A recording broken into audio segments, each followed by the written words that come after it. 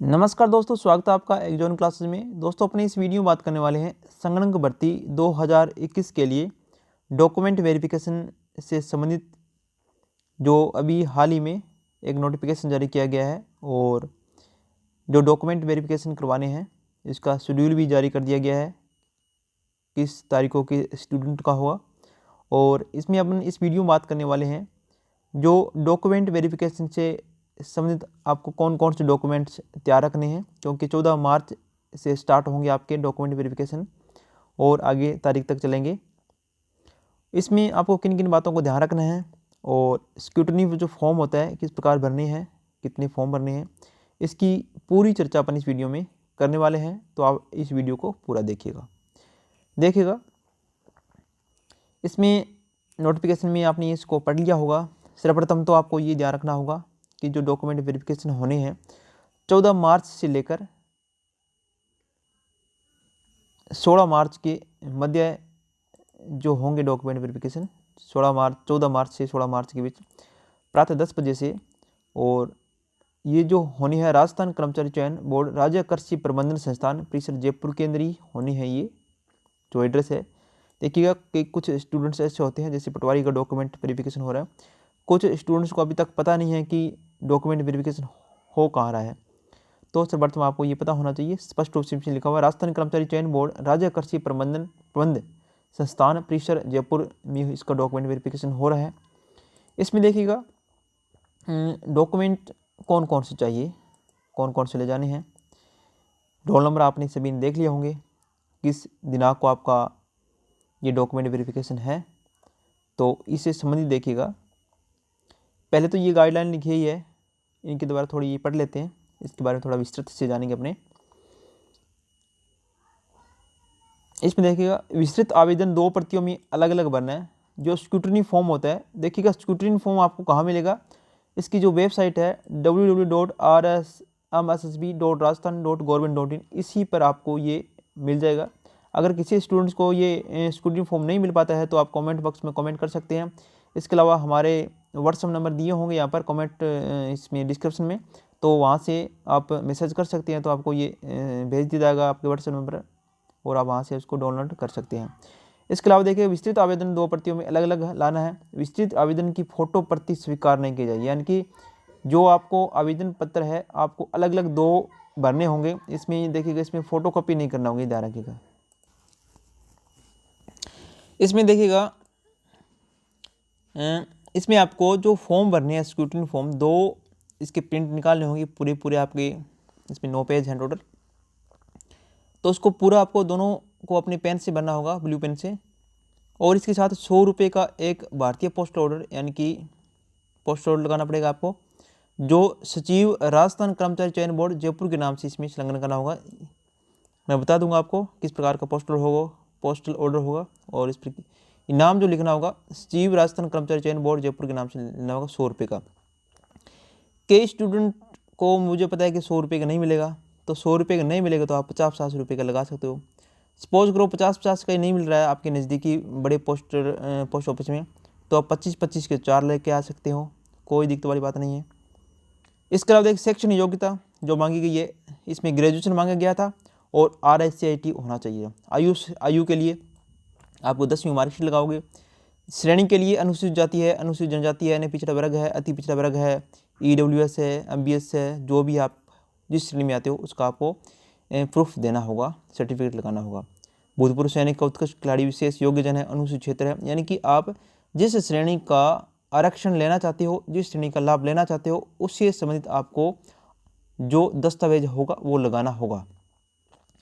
चित्र संबंधी आपको लगाना होगा। चित्र संबंधी देखिएगा आपको अंतिम क्वालिफिकेशन का एक कैरेक्टर सर्टिफिकेट होना चाहिए। इसके अलावा 2 कैरेक्टर सर्टिफिकेट आपके फर्स्ट ग्रेड अधिकारी से आप बनवा लेना, नज़दीक की जो आपके फर्स्ट ग्रेड अधिकारी है उनसे बना लेना, यानी गेजेटेड ऑफिसर जिनको बोला जाता है, वहाँ से बनवा सकते हो 2। ये देखिएगा 2 बनवाते हो तो एक फर्स्ट ग्रेड अधिकारी से या जो गेजेटेड ऑफिसर है फर्स्ट ग्रेड की जो मान्यता रखता है, यानी कि डॉक्टर भी हो सकता है, 1 से 2 बनवा लेना, यानी कि दोनों फॉर्मों के साथ 2-2 हो जाएंगे। और जो अंतिम क्वालिफिकेशन का कैरेक्टर सर्टिफिकेट है आपको, ये उसकी फ़ोटोकॉपी लगानी होगी उस पर, क्योंकि सभी जो डॉक्यूमेंट्स लगाओगे फ़ोटोकॉपी उस पर आपके साइन हो जाएंगे। तो अंतिम क्वालिफिकेशन की अपन क्या करोगे, फ़ोटोकॉपी लगाओगे, ओरिजिनल आपको साथ में ले जाना है। और जितने भी डॉक्यूमेंट्स है ओरिजिनल तो साथ में ले जाने भी है। और इसके अलावा देखिए एक चीज़ ध्यान रखना, जो डॉक्यूमेंट्स एक बार बन जाता है दोबारा नहीं बन पाता, वो उन डॉक्यूमेंट्स की केवल अपने क्या करते हैं, फ़ोटोकॉपी ही लगाते हैं। वैवाहिक स्थिति है, विधवा है, परित्यक्ता है, संतान संबंधी आपको शपथ पत्र बनाना होगा, सेवर्त होने संबंधी होने संबंधी प्रमाण पत्र है, मूल प्रमाण पत्र, मूल निवास प्रमाण पत्र हो गया। और दस्तावेज तथा समय का पहचान पत्र आपको ले जाना होगा। इसमें आप जो भी है पैन कार्ड वगैरह है, पहचान पत्र आपको जो है, और आधार कार्ड वगैरह ले जा सकते हो। इसके अलावा देखो ये मुख्य रूप से लिखा गया है कि सभी वर्ग के ऐसे अभ्यर्थी जिन्होंने ऑनलाइन फॉर्म आवेदन करते समय परिवार की वार्षिक आय 2.5 लाख रुपए से कम अंकित किए तथा उन्होंने आवेदन शुल्क 250 रुपये ही जमा करवाए हैं, ऐसे अभ्यर्थी अपने परिवार की वार्षिक आय 2.5 लाख रुपये से कम होने का सक्षम अधिकारी से दोबारा जारी आय प्रमाण पत्र बनाना होगा। आय प्रमाण पत्र बनाना है, चाहे 1 पेज वाला बना लेना, चाहे 4 पेज वाला बना लेना। जो फिलहाल जो चल रहा है 4 पेज वाला चल रहा है, इसमें आप बनवा लेना। विस्तृत आवेदन पत्र के साथ प्रमाण पत्रों एवं दस्तावेजों की स्वयं प्रमाणित प्रति संलग्न करें। यानी कि जितने भी प्रमाण पत्र होंगे उसमें क्या करना था, जो भी आप फोटोकॉपी लगाओगे उस पर स्वयं के हस्ताक्षर करने हैं प्रत्येक पर, फॉर्म सहित सभी दस्तावेज जो फोटोकॉपी लगा रहे हो, जो भी दस्तावेज लगा रहे हो उस पर आप सभी पर आपके साइन होने चाहिए। अब देखिएगा विस्तृत से देखिएगा, इसमें थोड़ा अब देख लेते हैं।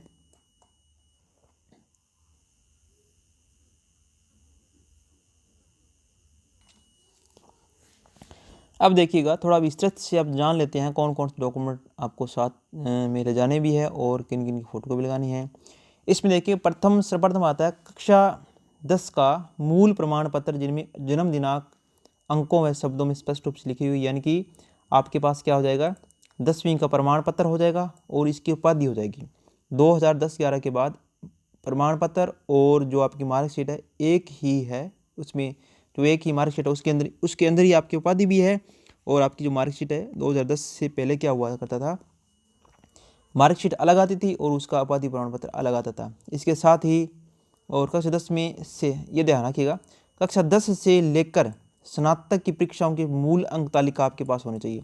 10वीं की, 11वीं की, 12वीं की, यानी कि इसमें मेन 10वीं की चाहिए, 12वीं की चाहिए और ग्रेजुएशन की चाहिए। इसके अलावा कुछ इसमें डिटेल भरनी होगी आपको, आपने किस स्कूल से पढ़ाई की है वो आपको थोड़ा भरना होगा, क्योंकि इसमें जो अटेस्टेशन फॉर्म होता है आपका पुलिस वेरिफिकेशन होगा वो आपको भरना होगा।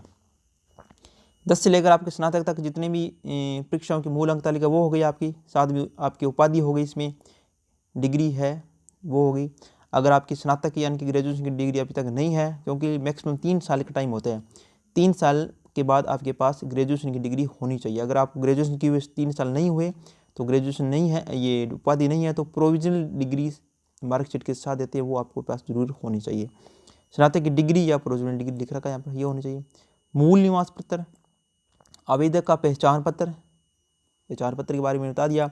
पहचान पत्र में आपका आधार कार्ड हो सकता है या वोटर आईडी हो सकता है या पैन कार्ड हो सकता है, इसमें से ये ड्राइविंग लाइसेंस वगैरह ये आपके पास होने चाहिए। यानी कि पहचान पत्र में ऐसा एक वैलिड प्रूफ होना चाहिए जिसमें आपका एड्रेस भी हो, आपका फ़ोटो भी लगा हुआ हो, इस प्रकार का होना चाहिए।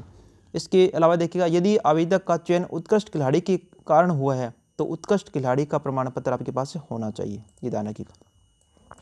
यदि आवेदक का चयन भूतपूर्व सैनिक के कारण हुआ है तो भूतपूर्व सैनिक होने का प्रमाण पत्र चाहिए, यानी कि पीपीओ ऑर्डर की कॉपी, जो भी जो भूतपूर्व सैनिक उनको सभी होगा, पता होगा पीपीओ की ऑर्डर कॉपी होती है भूतपूर्व सैनिकों के पास, वो यानी कि ले जाके होगी, उनकी फ़ोटो कॉपी देनी होगी। यदि आवेदक का चयन निःशक्त जन से हुआ है तो वो प्रमाण पत्र लगेगा। देखिए थोड़ा सा यहाँ पर ये मत पढ़ना, क्योंकि ये थोड़ा या नहीं, इसमें केवल आपको जिस भी कैटेगरी में है, यानी कि आवेदक को निःशक्त जन में हुआ है तो निःशक्त जन का प्रमाण पत्र आपको चाहिए। ये हाथ पे पैर वाला विकलांग वाला ये नहीं है, कुछ दूसरे का ये, तो आपके पास निःशक्त जन है तो यानी कि विकलांग है तो विकलांग का आपके पास उचित है क्या होना चाहिए, प्रमाण पत्र होना चाहिए। यदि आवेदक विवाहित है तो विवाह प्रमाण पत्र की प्रति अवश्य होनी चाहिए। विधवा है, परित्यक्ता होने संबंधी दस्तावेज, विधवा पति का मृत्यु प्रमाण पत्र है, परित्यक्ता प्रमाण पत्र है जो सक्षम न्यायालय द्वारा जारी किया गया हो। विधवा होने की स्थिति में पूर्व का विवाह प्रमाण पत्र भी प्रस्तुत करना होगा, ये ध्यान रखिएगा, ये मांगा जाता है आजकल। यानी कि अगर विधवा है तो पूरा का जो विवाह प्रमाण पत्र है वो भी होना चाहिए। सपोज करो जिसके पास विवाह प्रमाण पत्र नहीं है तो क्या करेगा, तो वो कोर्ट में जाकर एक अच्छे वकील के साथ वहाँ पर एक यानी कि आप आजकल क्या होता है ऑफलाइन बनते हैं विवाह प्रमाण पत्र, हाथों हाथ उसका बन जाता है, एक या दो तीन पेजों का होता है, वो बनाया जा सकता है, बन जाएगा और वो आप इसमें लगा सकते हो अगर नहीं बना हुआ था, क्योंकि अभी बनने लगे तो पहले की शादी हुई थी वो नहीं बनाए थे इन्होंने, तो कोई समस्या वाली बात नहीं है, ये सारे डॉक्यूमेंट हो जाएंगे। केवल आपका सिलेक्शन लिस्ट में आपका नाम होना चाहिए। यदि आवेदक का चयन अनुसूचित क्षेत्र में हुआ तो अनुसूचित क्षेत्र में निवासी होने का विशेष मूल निवास प्रमाण पत्र TSP में हुआ है तो ये आपको चाहिए मूल निवास प्रमाण पत्र। परित्यक्ता महिला द्वारा पुनः विवाह नहीं होने का स्पष्ट पत्र, ये देखिएगा, ये भी आपसे मांगा गया है कि अगर परित्यक्ता है, विधवा है, तो इसमें पुनः विवाह नहीं किया अभी तक, ये भी प्रमाण पत्र आपको प्रस्तुत करना होगा, ये ध्यान रखिएगा। इसके अलावा देखिएगा संतान संबंधी भी, क्योंकि आजकल जो वैकेंसी आ रही है संतान भी 2 से ज़्यादा नहीं होने चाहिए, ये भी आपको स्पष्ट पत्र बनाना होगा। और उपनाम विवाह संबंधी धूम्रपान गुटखा सेवन न करना, ये सभी सारे देखिएगा, ये है नहीं कि कलेक्टर द्वारा भर जाएगा, ये मत पढ़ना ही यहाँ पर थोड़ा, क्योंकि थोड़ा डॉक्यूमेंट जो आए हैं दूसरे किसी और के हैं ये, और वैकेंसी के लिए केवल आपको इतनी ध्यान रखना होगा कि इसमें जो अगर किसी की शादी, सपोज करो किसी की शादी नहीं हुई है तो वो क्या करेगा, विवाह नहीं हुआ है वो आपको बनाना पड़ेगा, अभी तक मेरा विवाह नहीं हुआ है, मैं धूम्रपान नहीं करता, और वचन संबंध बनाना पड़ेगा कि अगर मेरी शादी होगी तो मैं दहेज नहीं लूँगा, ये भी आपको, ये एक ही यानी कि 50 रुपये के स्टाम्प में सभी एक भी लिखे जाएंगे। ये अगर संतान भी नहीं है, संतान तो है ही नहीं, ये अविवाहित तो संतान कहाँ से होगी, संतान नहीं होने का भी इसमें से, यानी कि एक 50 रुपये का स्टाम्प लेना, इसमें आपका विवाह संबंधी आ जाएगा कि मेरा अभी तक शादी नहीं हुई है, मैं गुटखा पान नहीं खाता हूँ, और मेरी बीवी से शादी होगी तो मैं दहेज नहीं लूँगा, इस प्रकार का। देखिए आप अपने नज़दीकी तहसील कार्य में चला जाना, वहाँ पर अपने आप वो लिख देंगे 50 रुपये के स्टाम्प पर। अनुसूचित जाति या अनुसूचित जनजाति अन्य पिछड़ा वर्ग MBC EWS का प्रमाण पत्र जो सक्षम अधिकारी द्वारा जारी किया गया हो। देखिएगा ये सबसे बड़ा पॉइंट है, यहाँ समस्या में किसके लिए आएगी, समस्या आएगी EWS के लिए, जो जनरल कैटेगरी की है, EWS जिनका नहीं बना हुआ है, अगर तो EWS अगर बना होगा तो उसको जनरल कैटेगरी में गिना जाएगा, अगर नहीं बना हुआ है या फिर एक्सपायर हो चुका है तो क्या होगा, आप जनरल कैटेगरी में गिने जाओगे। अन्य पिछड़ा वर्ग के लिए OBC के लिए भी जो जाति प्रमाण पत्र है वो भी आपको लाना होगा साथ में। 1 साल पुराना है तो चल जाएगा, कोई दिक्कत वाली बात नहीं है, अगर 1 साल पुराना तक चल जाता है। और कई बार क्या ये 1 साल से थोड़ा सा ज़्यादा पुराना है तो स्टाम्प वगैरह 50 रुपये लग जाता है, तो उसकी 2-3 साल 1.5 साल 2 साल उसकी वैलिडिटी बढ़ जाती है, इसमें कोई समस्या नहीं आएगी। इसके अलावा देखिए ये हो गया अन्य पिछड़ा वर्ग सरकार द्वारा प्रपत्र होना चाहिए, ये हो गया। लगभग ये डिजिटल है तो देखिएगा, डिजिटल है तो आपकी 3 साल तक वैलिडिटी हो सकता है। 3 डिजिटल हस्ताक्षर वाला प्रमाण पत्र 3 वर्ष के लिए मान्य एवं हस्तलिखित प्रमाण पत्र 1 वर्ष के लिए मान्य होगा, ये आपको थोड़ी छूट दी जा सकती है। अगर आप डिजिटल बना हुआ है जाति प्रमाण पत्र तो 3 वर्ष के लिए आपको कोई दिक्कत वाली बात नहीं है, चला सकते हो। और अगर हस्तलिखित है तो आपका 1 वर्ष के लिए मान्य है, तो आपको दोबारा बनाना पड़ेगा। इसके अलावा देखिएगा ये सबसे अच्छा पॉइंट है, 17 नंबर पॉइंट देखिएगा, अन्य पिछड़ा वर्ग का प्रमाण पत्र पिता की आय के आधार पर जारी किया गया होना चाहिए।